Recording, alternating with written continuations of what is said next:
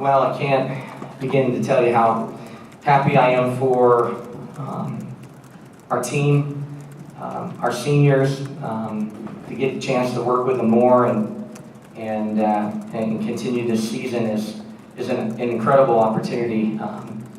They were really excited about playing today, and they were also really excited to get back out and show that they could play better than we did offensively against Belmont. And I thought we played fearlessly.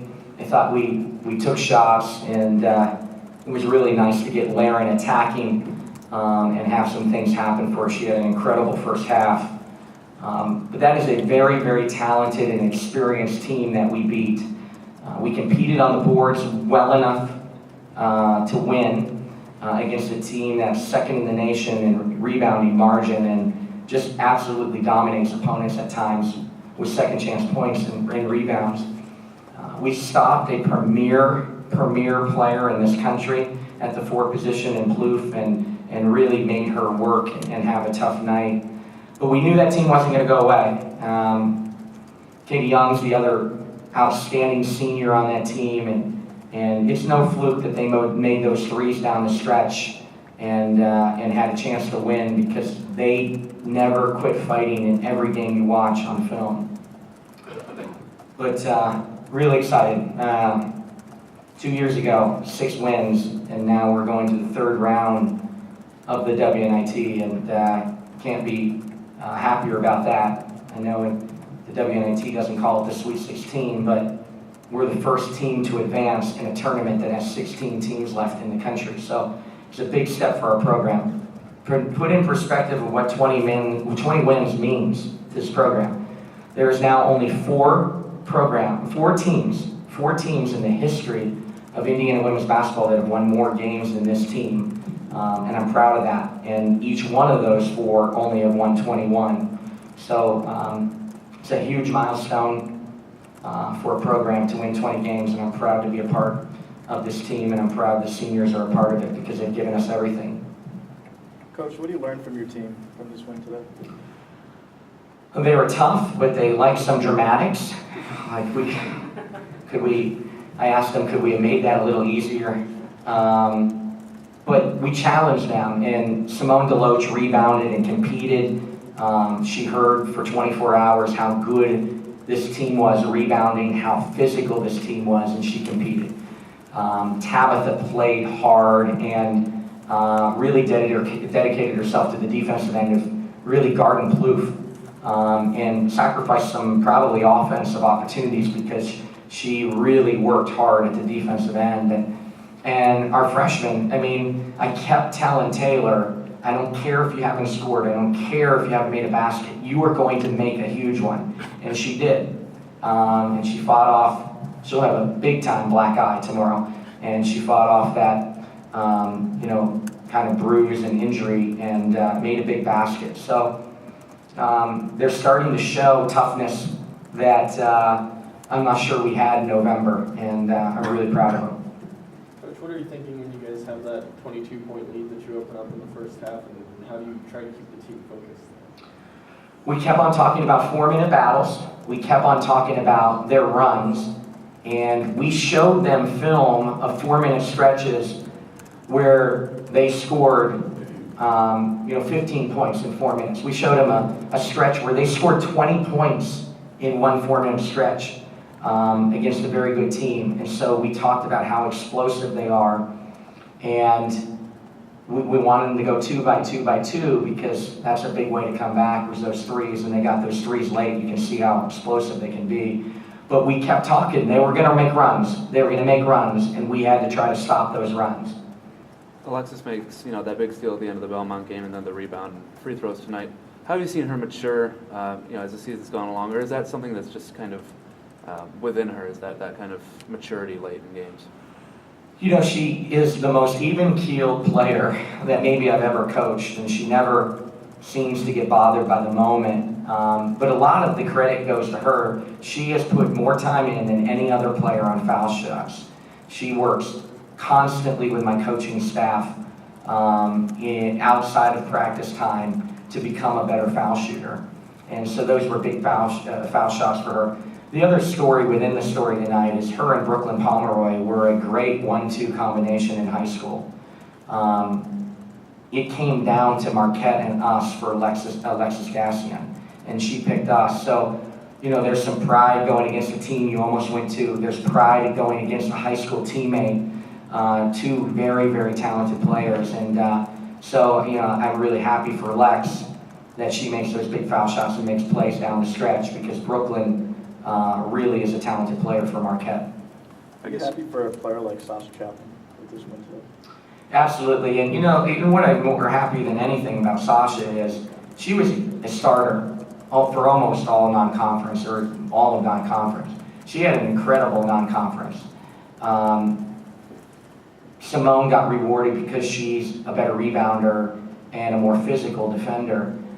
And Sasha's never tried to grab allies and feel sorry for herself that her minutes are down. She's never divided the locker room. She's never even walked in my office and complained that, "Coach, I want more playing time." She desires it, but she goes to work every day and she plays the minutes that I call her number. And she still is very, very valuable for us offensively. And what a team player. You know, adversity hit her throughout her career for 6 years. Now a coach has changed gears midway through the season and her role's changed. And the champion that Sasha Chapman still is never complained. And our freshmen would not have handled it as well as Sasha. And so I hope it's a learning lesson somewhere down the line of, you know, the type of champion kids that we have in that senior class and the adversity they've had throughout their career, that Andrea Neubauer has had players come in and beat her out after being a starter early in her career. Sasha Chapman is now not playing the minutes she once was, and all they care about is team results. Coach, just how big was, or how big has it been for the freshman class? You know, they've already got 2 postseason games under their belt in just their first year with the program. Well, huge, and I tell them, don't take it for granted. You know, like, we try not to talk about next year too much, but they know Maryland's coming. They know Rutgers is coming. They know what next year is going to be like, and there's no guarantees. Postseason is hard, and postseason wins are even harder. So I'm trying to tell them to live in the moment, really enjoy this, and they're having fun, and you know, they just want to play games right now. That's the only thing that I want to change a little bit with this freshman class is we got to practice, but they want to play games, and so they're hoping we're rewarded with another home game. Our crowd was great tonight. We don't win again without that crowd. It's amazing. Their support, they were loud. They were into it at the end of the game. And I really feel something brewing. And I hope if we keep having the opportunity to win and to keep having home games, that this fan base keeps growing and growing. I'm telling you, if some of the first timers will come out and give this team a shot, they'll come back.